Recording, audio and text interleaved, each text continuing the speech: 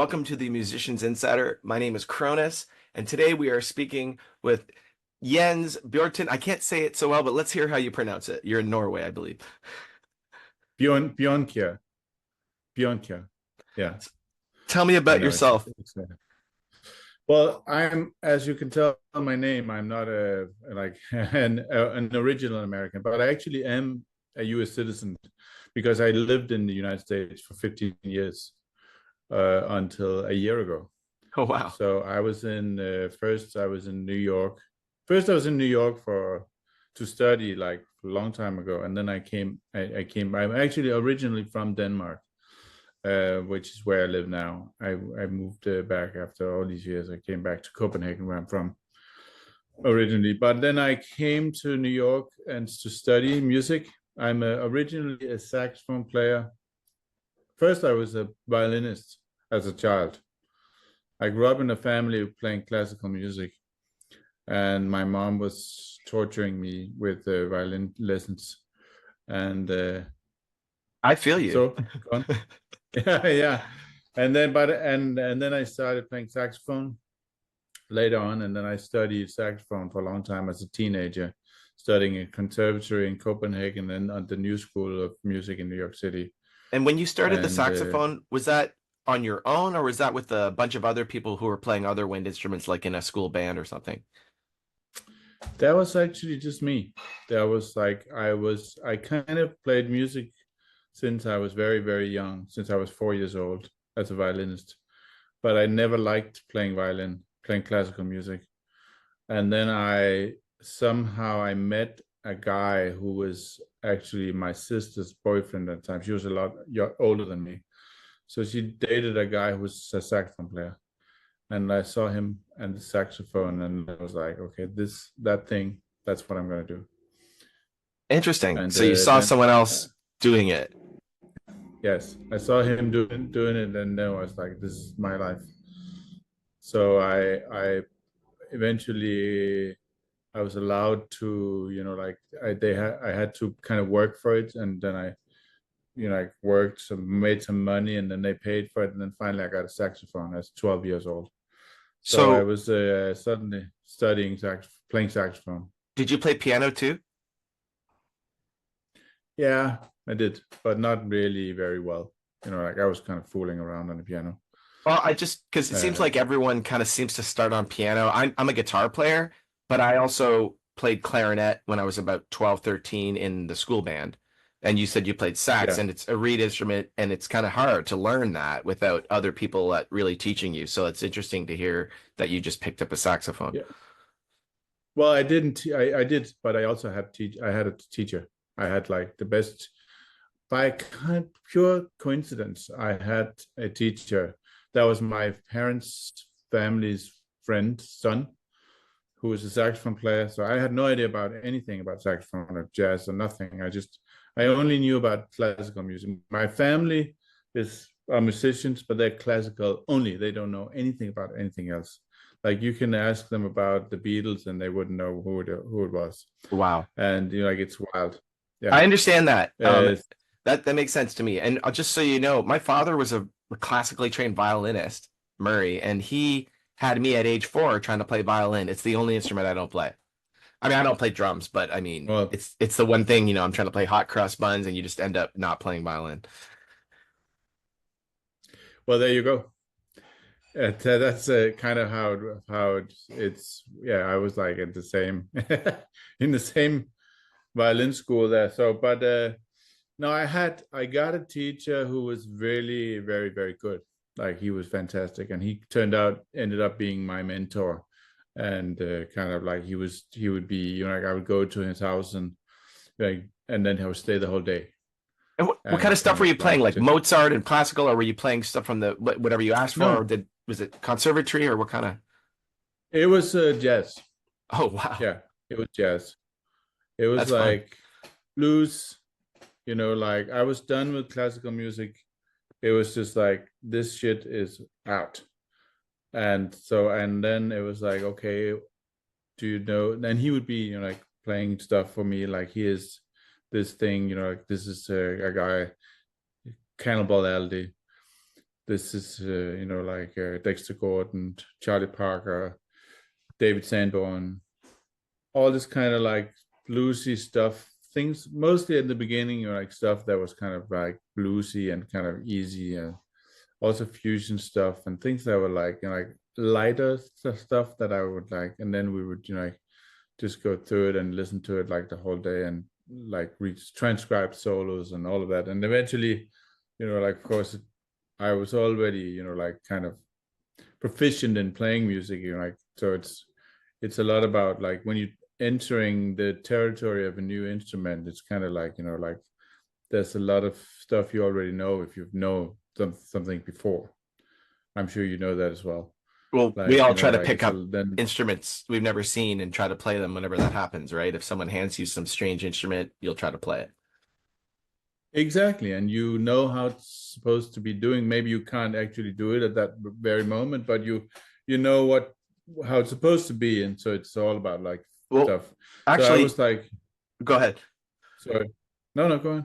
Well, I was gonna say about an hour ago, I tried a new MIDI controller out. I used to have a very large tractor. It's like a DJ controller that lets you assign all these buttons and things to launch MIDI clips. But I picked one up for like $40 at there's a Tractor X1 controller. It's only this wide and this long, and it's the same as a large one, but you can assign all the things. So now when I do small little karaoke gigs, I can bring a DJ controller that's tiny that I just was testing it out this morning, and now I know how to launch. Like I was playing the instrumental version of one of my songs and the a cappella version of a different song, and then making the vocals go over it by just launching different words of different, like launch the chorus, launch the whatever word. It's fun. Well, that is the beauty of the time we live in now. That there's all this stuff going on, like things like, and you can go and find a thing for $40 that's like has like like whatever it is, like you just said. I really love that. Like the technology, like since my career started, since all of this happened, like like when I was a child and all that, when there was none of this stuff.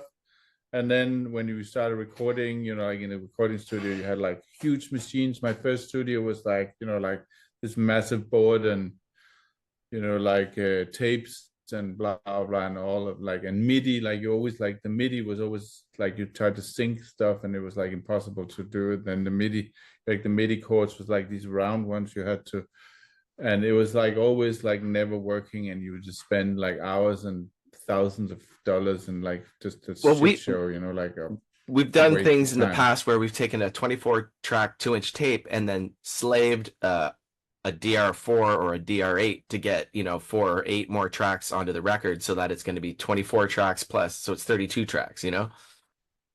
Exactly. We had my studio. We had two DR8s DR8s, there you go. that We was use them live synced. because that was our I mean, playback. yeah. I mean, come on. A DR4 And live for playback is awesome. Before I and actually I still, before we even had an iPod, which is one of the solutions I've used in the past, an iPod. Another solution I've used is one of these guys. If I can get this to not fall over. SB404.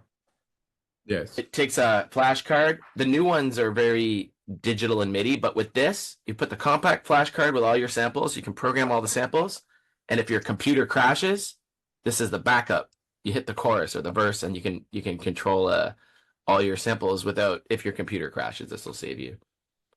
Kind of neat, right? And Amazing. this is old. I used to use Yes. this with this band Yeah. when we would launch after we went from an iPod into a more sophisticated sort of this. It would be stereo left and right out, and then it would work with a click.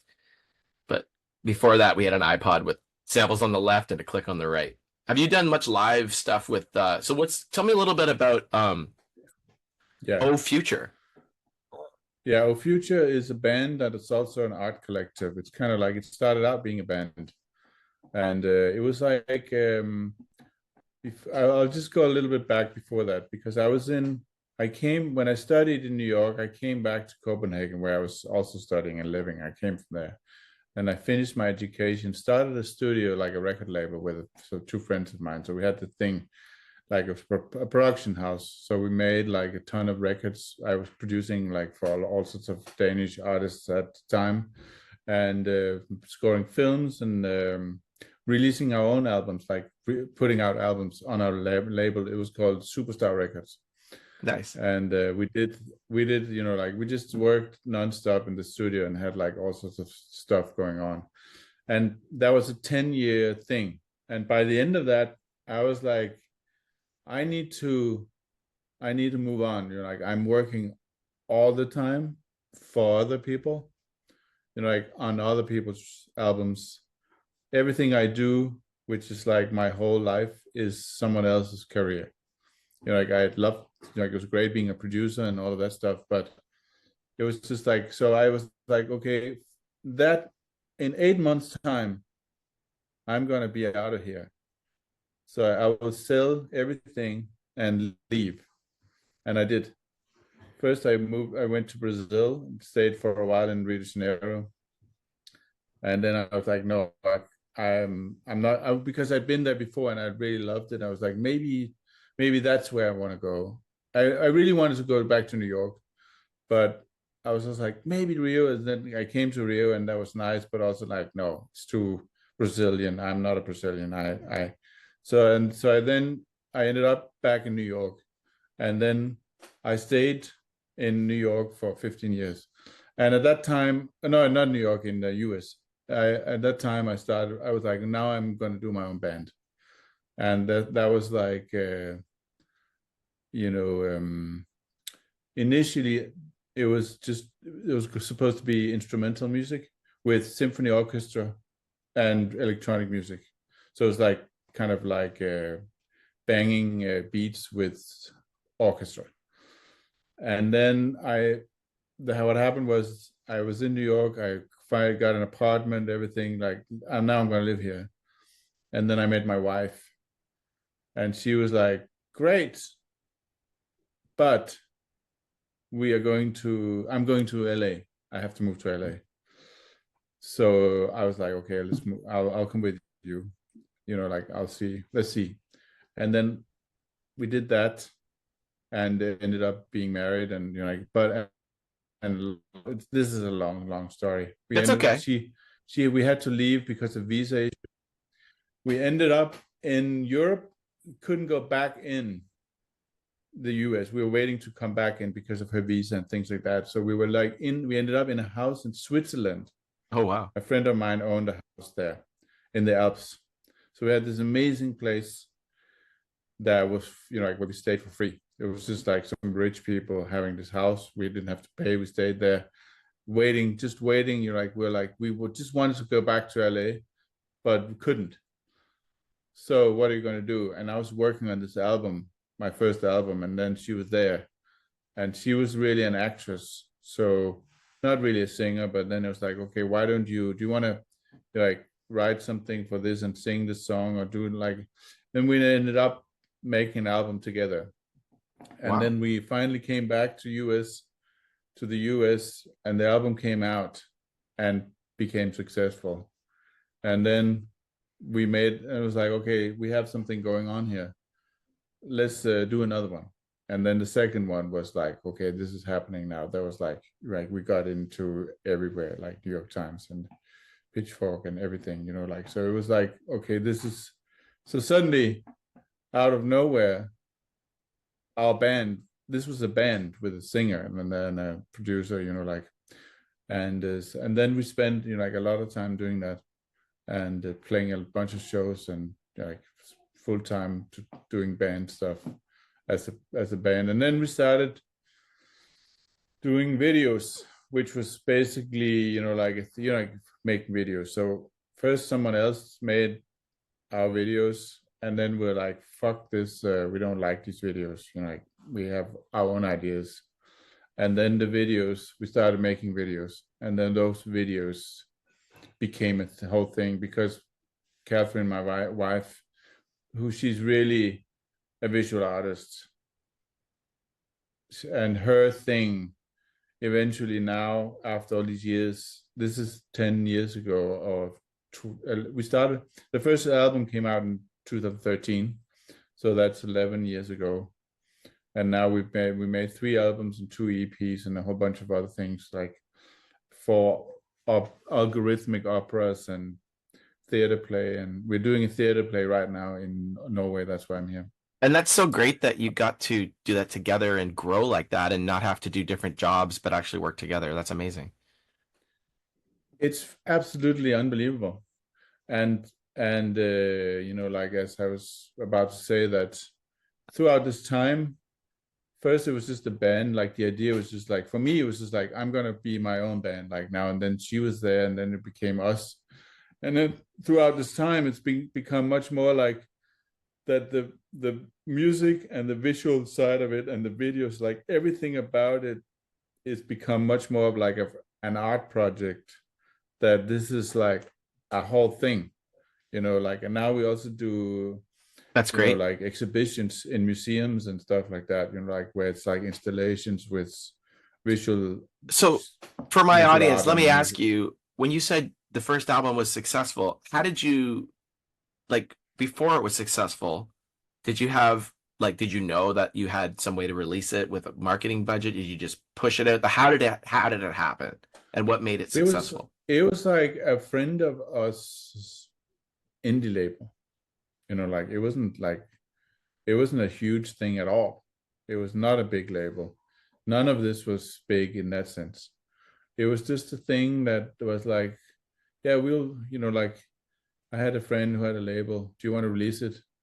Yeah, let's do it. You know, like, we have a tiny budget and things like that. And then it just kind of, it hit a nerve, because I think it was like a different thing with this, the beats, like kind of like electronic, dark electronic music with a lot of symphony orchestra A fusion sounds, of you know, like real EDM, orchestra. a fusion of EDM and orchestra. Yeah, maybe not EDM exactly, but more like kind of Okay. you know, like Electronic. dark, or like Massive Attack or Crystal Castles or things like that kind of, but like I something that love was Massive Attack. like kind of dark, has dark undertones, and then very romantic orchestral arrangements that were played by you know, like, I booked an orchestra in, I went to Prague and did the whole thing. And you know, like, I'd done it before, you know, like, I've done it many times, also scoring films, you know, so, but this was like, okay, I want to do my own thing, you know, like, so I Instead paid of for the band, for the instead of doing orchestra. it for someone else all the time, you've hired the orchestra for Yeah, you. now Isn't that I'm a gonna great do, you know, feeling? like, this is, yeah, it's fantastic and unbelievable that you can actually do that, you know, like, I want to record a symphony orchestra for me, I'm halfway so down my I next can pay. record. I'm halfway through an album and I just tell everyone what I want because I trust people I'm working with, but I don't have time to deal with a lot of outside creativity. I already know what I want. I'm doing alternative rock with EDM. So it's like Yeah, 90s meets now. It's weird, but it's not a lot of people are good at doing that. They're all good at doing the now or they're good at doing the then, but to try to put it together is difficult because you have to balance it. I So think that putting mixing things is my holy grail. That's fusion is the where you way. find new stuff, finding things that no one else is doing. You take this and that. It's like cooking a weird meal. Like last night, I was out to dinner at some restaurant here in Oslo with some, you know, with a theater that we were working with, and at this restaurant, it was like weird. Like, it was great, and it wasn't expensive. Like, it was just like, here's a chorizo with corn and popcorn. Like, that was a dish. You know what I mean? Like, no one I'd never seen. And then the other dish was something else like that, like just like weird things mixed, and it was great. And it was like, this is, you know, like, is it fantastic or whatever? Like, maybe, but it's certainly something I've never seen before. I had to take, you know, like, it was just like, and I like that with stuff, you know, like, it's like, it surprised me, I wanted to have a like, backstage regardless of spread. what it is.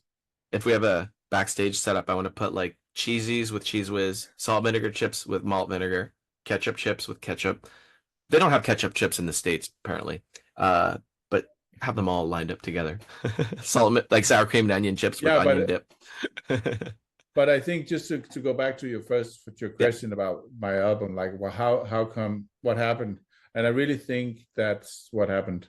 That this was something else, like no one else was doing this at the So it time. was the music. And I It wasn't really, and I, the it wasn't meeting someone, a big break, or someone helped. It was actually the quality and the type of music just resonated at that time. yeah, and it wasn't like, of course, we were not number one in the US, like anything like that, but in the circles of music, kind of like Underground. whatever, yeah, underground, like kind of like, and people were writing about it, like we were Word of mouth. like being booked and getting agents and getting everything. Like people like dug it, man. That was, And we suddenly had a career. what was the name of the album? The first one. It's called Disco to Die to. Very cool. So what about coming up for you for the future? What are your goals? Do you have anything you're trying to do that you haven't done yet, or something you want to achieve that you haven't quite gotten to, or a type of project you're hoping to work on? Like obviously using the orchestra for you is one thing. What's next? Play the sphere? Yeah, I mean, I have many things that I want to do, and I'm doing some of them right now. And like I was in LA for many years, and that was really fantastic. I love being there, but I also feel like, as I told you about, like when back then I was 10 years in Copenhagen doing all this stuff, and then I was like, okay, this is enough. I want to experience new things. You're like, I want to get back to the United States. I want to live in New York. That it's I did that, but I had ended up being in LA for a much longer time. But like kind of like, okay, I'm gonna put myself in a new situation. I want to be something else, like trying something else, trying to make it in Hollywood, scoring films, like doing the whole thing. And I did that, and that was really fantastic. And then it was like, okay, now I want to try something else. And then I went to Copenhagen again after all these, like 15 years later. That's like very strange, like coming back, like seeing people, and everything is different, like suddenly people are, like obviously older, and like the whole scene is different from me, like everybody I know were older, blah blah blah. But then suddenly all sorts of new things open for me, like this being here in Norway doing a theater production of the show, like the play, The Elephant Man, which is originally a book and a film for David Lynch film. And so they're doing like a whole new kind of vibe of it, like a reimagining the story and things like that. It's a fantastic production on a fantastic theater, and everything is great about it. And I get to make amazing music and things like that, like, so You that's want, great. But also, what else I haven't, like, sorry, I was gonna, do you want to tell me about Tell Them You Love Me? yes, that was like a film that I scored last year. It's a documentary film, and it turned out, when it came out, first it came out on some festivals, and then it came out on Netflix 2 months ago and became the most Top 10. watched film in the US. That's great. How did you Uh, find that gig? I got the gig because the director had watched some other films I'd scored, and not only that, but he also knew one of the directors that I'd worked with before. So I'm saying that because like people are always ask me about like how to get a job, Networking. like how do you get gigs and all of that kind of stuff. I also teach now at the conservatory in Copenhagen, Oh, great. teach scoring films, and the students are like, like, yeah, like, great, you can teach me about this, but how do you get a gig? Like, it's like, it, in a sense, it's the most difficult thing. You're like, how do you actually get a job? And I find it to be a lot of times, almost always, it's some kind of network thing I had that a guy on here who then, said he was gonna score Tron, and now it's Nine Inch Nails doing it. So maybe he's not doing it now, or maybe he's helping do it. I don't know what happened, but Trent Reznor apparently announced he's doing the new Tron, so Tron Ares or something. So well, I mean, so yeah, well, that's like Who in knows? this business, as I'm sure you know, everything can happen. You can have a whole, you can make a whole score. Like one, do you know Chinatown, the film from 1972? Like this, that there was a whole score made for the film, and then they trashed the score, Scrapped it. got a different composer, Jerry Goldsmith, scored the film in 12 days, I think it was, and now that score is the score and considered one of the best scores of all time. Under So pressure. like, yeah, but I was so I was approached about this. It's a documentary film about a woman who is a college professor in New Jersey, and she's helping disabled people. She's studying disabled studies and teaching in disabled studies, and her And life is very much, and it's controversial, yeah. right? Because there's a piece about how there's a bit of a love story. You're not sure if it's real or not. It's very, very controversial, and it's an incredible story that is like just, yeah, out of this world. And she falls in love with this disabled person, a guy who cannot speak, and he can't say anything, he can hardly move and things like that. And then the family of his family becomes like, they're like, hold on, wait a minute. She's like, no, no, we had sex and it's all great.